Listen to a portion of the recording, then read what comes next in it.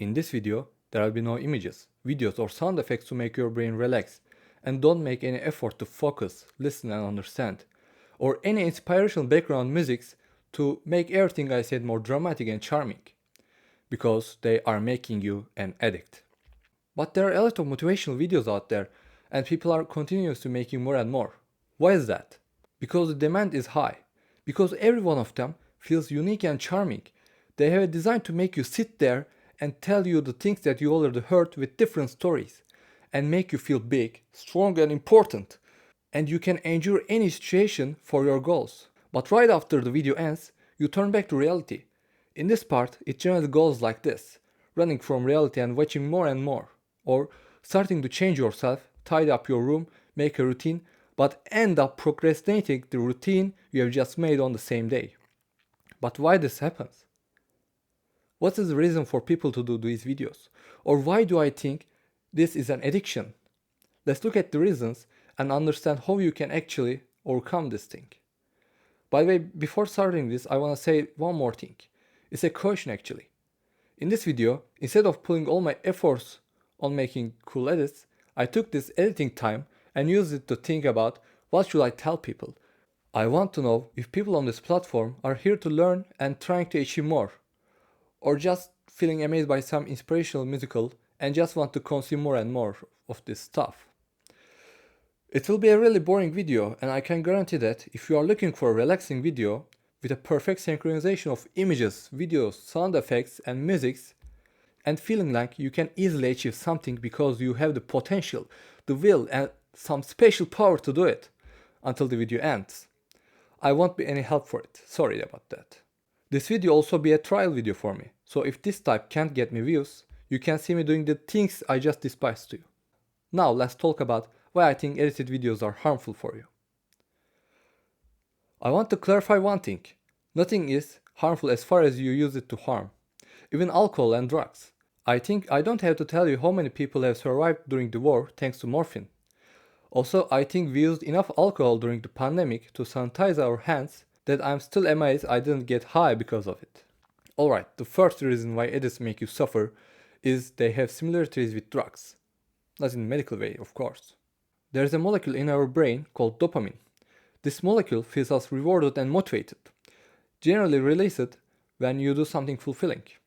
The mechanism of drug is making you release more dopamine hormones in your brain, or block the enzymes that inactivate the dopamine hormones, so that you can feel extremely rewarded and motivated for a limited time, which is we call as getting high. While watching a video about some subject, we access the information easily thanks to the people out there that want you to watch their videos, like me.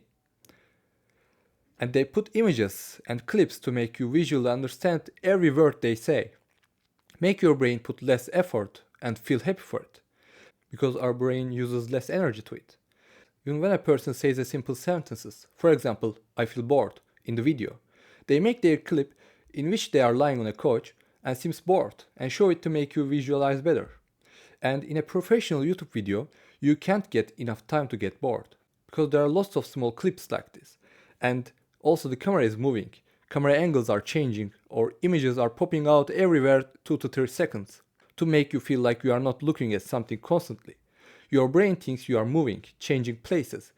Imagine what people who are watching this type of videos from childhood would do while listening a lecture. They couldn't focus. Their demand from teachers would be so high that they couldn't even focus on something slow and stable. Even though I just said would, unfortunately there is a generation that is exposing these videos from childhood now. So it has already started. And sorry to say that, but getting their attention to listen, read or do something without a video will be a lot harder than this. The second harmful reason for these videos is they make this knowledge easy access. Did you just hear what I say? Actually, this is really good. I must be out of my mind. I'm so sorry about that. No, it is not. You need to pay the price to understand the value of the knowledge. I'm not talking about the money here. I'm talking about you need to give your free time, you need to research, and you need to get help from someone and make an effort to really understand the knowledge you seek. It is the thing that gives value to that thing. If people try to give you the information on a gold plate from the start, you can't realize its value and forget to appreciate it. Let's say you need to take a lesson about something you are interested in on the internet, and one guy gives it for free. How much effort will you put into understanding it? Let's say average. And now imagine that you had to give $1,000 just to get a starter course. What would you do? You would start even before of the course so that you can ask the person questions. I doubt that this person will get out of there alive because of the questions that you have asked them. As we become accustomed to this system, there will be fewer academic enthusiasts in each generation. While discussing the need to expand subtypes of top topics with certain scientific disciplines due to ongoing discoveries, instead we might close some scientific fields because nobody cares about them anymore. The last harm I will talk about is that not everyone does this, but I generally see those kind of videos too, so I will mention it. You don't have to put a cool name and big meaning to your aim, to just being able to run, study, or go to gym. I generally see videos like how to be better than 99.1% of the people, or something like opening monk mode. For me, these are some cheap tricks that will work until the end of the video. You won't remember monk mode while running, or even while going out from home to run. You will only remember how much you hate this uncomfortable thing, and how much your home is comfortable and your motivation videos are better, so you won't even wear your shoes. If there are some people who can achieve it through these videos, and if you are one of them too, that's really a good thing for you and keep going. But remember that it would be better both for you and our community to not to see the other people worthless by thinking about them as 99.1%. And you don't need to set your bar as high as Buddha, somebody's god. Now that I talk a lot to make some people triggered, and I think I reached my hate limit for today. So now I can change the subject and talk about how to actually achieve something. First thing first, start monk mode. Just kidding. The first tactic I use is really simple. Starting. Please don't go, I swear there's a reason behind it.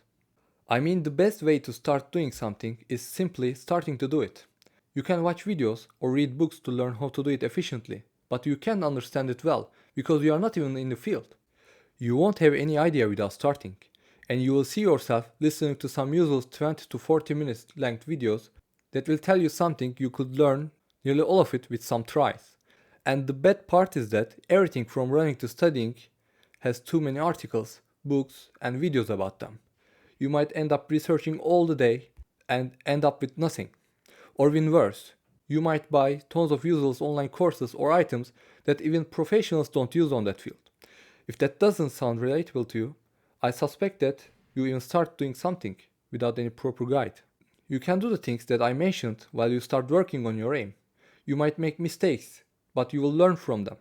Learning from a YouTube video or by reading a book won't give the same meaning to you, because it is your mistake and your brain will care about it much more than a random video you watched on YouTube. This process will also affect your character and even the perspective of life, because it will make you think about some thoughts while doing it and might make you question some rusty thought of yours. This is the power of experience. If you really want, you can read books or something like that while doing this.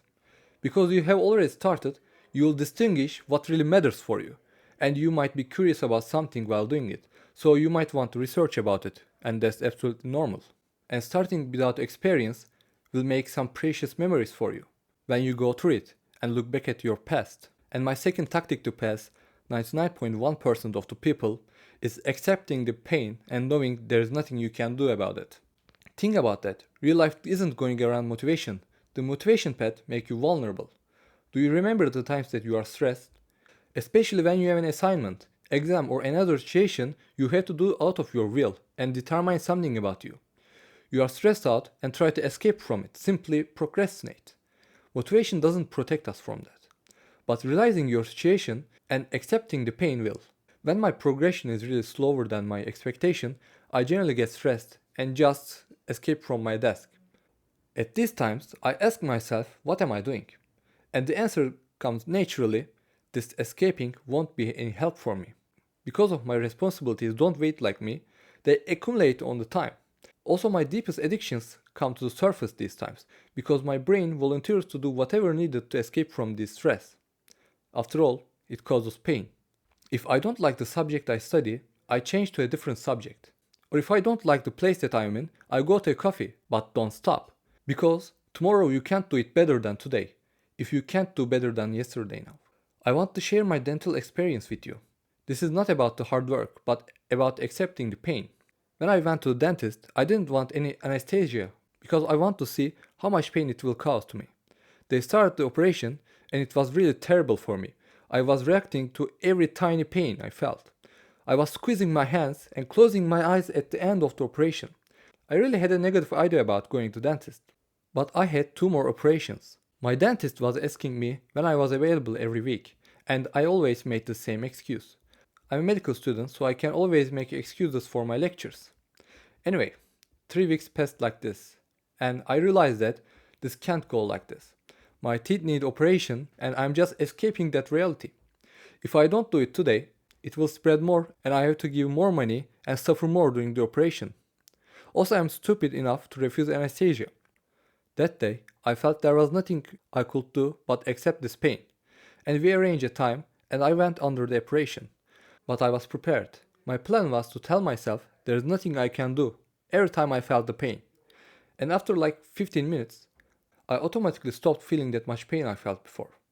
It was the same level of the pain, but I just wasn't care about it like before, so my brain didn't even have to stress that much and realized there is nothing interesting, so move on. This is like wearing clothes. You wear it, but don't feel it every second you wear it, because it's an insignificant thing for your brain. It was really funny that I was scared about it in the first place. I was this close to getting anesthesia, but instead, I learned a new life lesson. The last tactic that I will share in this video is to get a meaningful aim. This isn't something that will make you feel cool and look down on other people. Instead, this will make you feel human and don't put glasses between you and reality. Something that doesn't set a wall between you and your emotions. Strong emotions like hate, love, or envy are useful for a short period of time because of their aim serves for that limited time. If you try to feel them every day, that consumes your soul and everything suddenly loses meaning for you. My aim in my career is to be a really good doctor who can really provide better healthcare for people. I don't want to miss anything while diagnosing and treating people in the future. So I'm trying to learn better right now. I don't want to hurt people just because I procrastinate and miss a page. Well, everyone wants to get more money and have a better title. I did the same mistake of choosing such things as my first aim in my university life. But they didn't help me study or to learn better.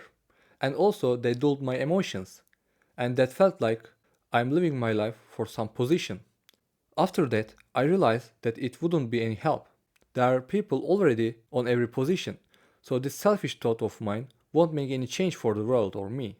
And I stopped thinking like this. Thank you for listening until here, guys. In this video, I tried to tell my own thoughts about some topics, and I just want to remind you that there might be wrong expressions or some thoughts that you think they are wrong. If you leave a comment about this, me and other people that are watching this can benefit from it. And I hope that everyone can get out of these addiction chains that surrounds them or even don't get caught by them. If it makes sense to you, you can use my methods to do it, or you can just do what I did. Consume more and more for 1 year, feel like you are better than anyone, and after 1 year realize what really happened and turn your back to these videos.